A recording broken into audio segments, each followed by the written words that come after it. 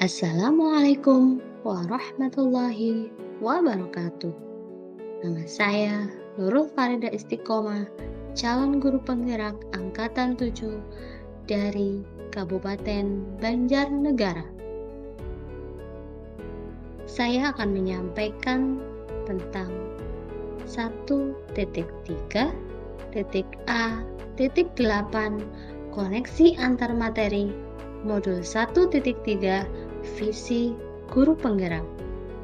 Refleksi dan pemahaman antar modul 1.1, 1.2, dan 1.3. Apa yang Bapak Ibu pahami mengenai kaitan peran pendidik dalam mewujudkan filosofi pendidikan Ki Hajar Dewantara dan profil pelajar Pancasila pada murid-muridnya dengan paradigma inquiry apresiatif atau IA di sekolah Bapak Ibu? Pemahaman modul 1.1 Filosofi Ki Hajar Dewantara menerangkan tentang menuntun segala kodrat yang ada pada anak agar mereka dapat mencapai keselamatan dan kebahagiaan setinggi-tingginya baik sebagai manusia maupun masyarakat.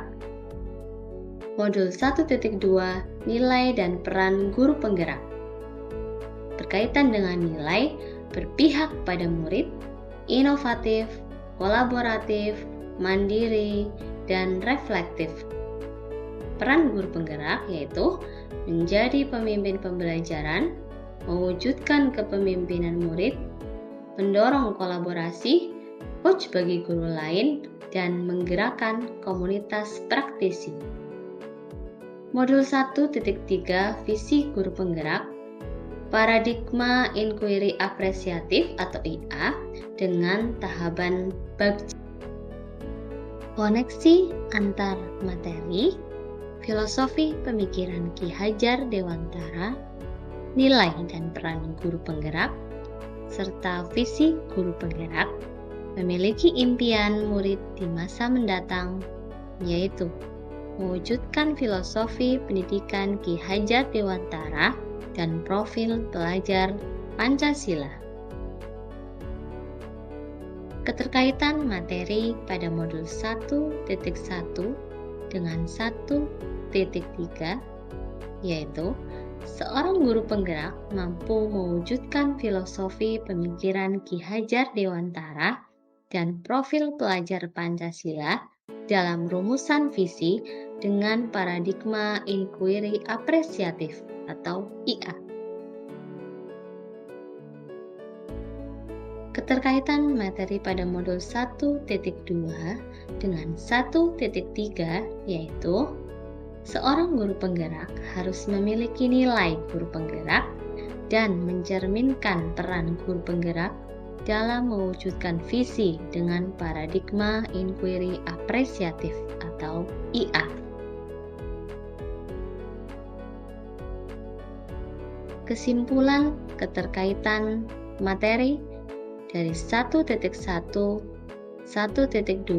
dan 1.3, seorang guru penggerak harus memiliki nilai guru penggerak dan mencerminkan peran guru penggerak dalam menyusun dan melaksanakan visi dengan paradigma IA untuk mewujudkan filosofi pendidikan Ki Hajar Dewantara dan profil pelajar Pancasila. Visi guru penggerak adalah suatu cita-cita, impian, harapan seorang guru penggerak dalam mewujudkan sekolah impian di masa mendatang yang berlandaskan filosofi pemikiran Ki Hajar Dewantara dan profil pelajar Pancasila. Paradigma inquiry apresiatif atau IA dengan tahapan bagja adalah sebuah alur atau kerangka perencanaan terukur, konkret, dan sistematis dalam menyusun sebuah visi. Inquiry apresiatif atau IA adalah pendekatan manajemen perubahan yang kolaboratif dan berbasis kekuatan menurut David Coprider 2015. Sedangkan Bagja adalah tahapan-tahapan perencanaannya. Visi saya adalah mewujudkan generasi berkarakter sesuai profil pelajar Pancasila. Dengan prakarsa perubahan, terwujudnya karakter berakhlak mulia melalui pembiasaan positif. Bagja merupakan akronim dari buat pertanyaan utama atau define, ambil pelajaran atau discover, gali mimpi atau dream, jabarkan rencana atau desain, dan atur eksekusi atau deliver. Kita akan mulai dari B. Buat pertanyaan utama. Pertanyaannya adalah, apa yang harus saya lakukan untuk mewujudkan siswa yang berakhlak mulia melalui pembiasaan positif? Tindakannya adalah membuka dialog dengan murid, rekan guru, kepala sekolah, orang tua atau wali murid, komite sekolah tentang mewujudkan siswa yang berakhlak mulia melalui pembiasaan positif. Pertanyaan yang kedua, bagaimana cara mewujudkan siswa yang berakhlak mulia melalui pembiasaan positif di sekolah?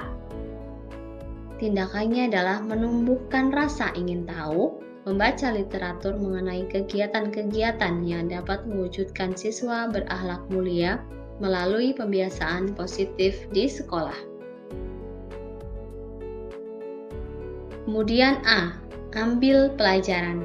Pertanyaan yang pertama, siapakah yang pernah berhasil mewujudkan siswa yang berakhlak mulia melalui pembiasaan positif?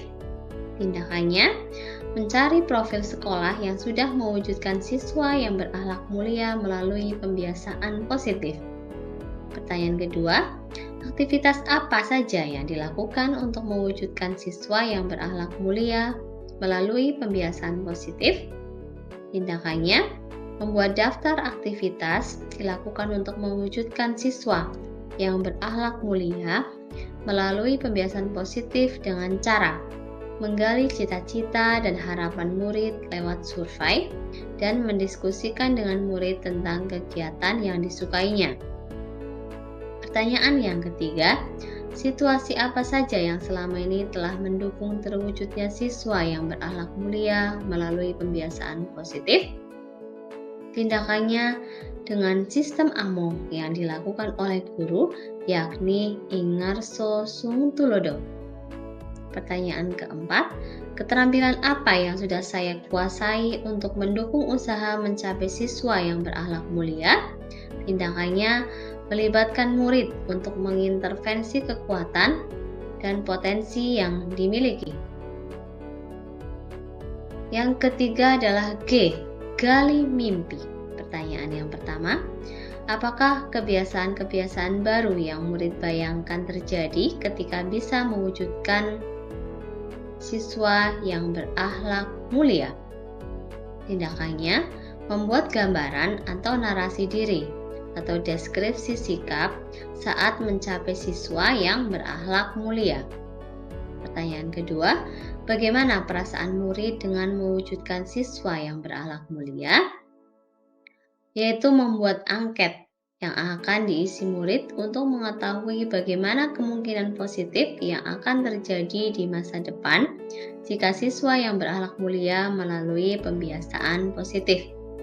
Pertanyaan ketiga, apa saja hal-hal baru yang bisa murid lakukan setelah mewujudkan siswa yang berakhlak mulia? Yaitu memajangnya di kelas, bagian sekolah, kamar, dan mengingatkan selama murid melakukan usaha-usaha selanjutnya. Pertanyaan yang keempat, apa hal-hal atau sumber daya yang kita bayangkan akan tersedia untuk mempertahankan siswa yang berakhlak mulia? Yaitu membuat daftar kegiatan yang bermanfaat menjadi pemantik terwujudnya siswa yang berakhlak mulia. C. Jabarkan rencana. Pertanyaan pertama, Apa langkah paling sederhana atau langkah pertama yang bisa dilakukan untuk mewujudkan siswa yang berakhlak mulia? Yaitu membuat capaian yang realistis untuk setiap minggunya. Kedua, berapa lama target untuk mewujudkan siswa yang berakhlak mulia? Yaitu 1 semester atau sebelum evaluasi ketercapaian target secara keseluruhan dilaksanakan sebelum pembagian rapot. Ketiga, apa tindakan-tindakan untuk mendukung usaha mencapai siswa yang berakhlak mulia? Yaitu menyusun aturan yang boleh dilakukan dan tidak boleh dilakukan agar gerakan siswa yang berakhlak mulia berkelanjutan. Lalu, menggunakan rubrik ketercapaian siswa yang berakhlak mulia oleh guru dalam kegiatan pembelajaran. Yang keempat, bagaimana mengukur kemajuan langkah? Yaitu rubrik yang berisi indikator ketercapaian. Pertanyaan kelima, bagaimana cara menyemangati usaha mewujudkan siswa berakhlak mulia? Yaitu mengapresiasi setiap tindakan perubahan dalam mewujudkan siswa yang berakhlak mulia. Lalu melakukan dialog bersama kepala sekolah dan teman sejawat mengenai program penguatan, misalnya panen karya. A. Atur eksekusi. Pertanyaan pertama, siapa yang bisa mengarahkan dan memantau mewujudkan siswa yang berakhlak mulia? Yaitu dengan cara menyusun tim kerja dan deskripsi tugas setiap anggota tim, mulai dari kepala sekolah, rekan sejawat, wali murid, tokoh masyarakat, dan murid. Kedua, siapa saja yang akan dilibatkan dalam mewujudkan rencana ini? Yaitu mulai dari kepala sekolah, rekan sejawat, wali murid, tokoh masyarakat, dan murid. Ketiga, kapan akan mulai dilakukan? Yaitu mulai tahun ajaran yang baru. Keempat, bagaimana pencatatan kemajuan latihan mewujudkan siswa yang berakhlak mulia? Yaitu dengan cara melihat prosentase perubahan perilaku secara periodik. Kelima, peran apa saja yang akan saya berikan dalam mewujudkan siswa yang berakhlak mulia? Yaitu memberikan keteladanan dan semangat untuk selalu membiasakan siswa untuk berakhlak mulia. Terima kasih. Guru Bergerak Indonesia Maju. Wassalamualaikum warahmatullahi wabarakatuh.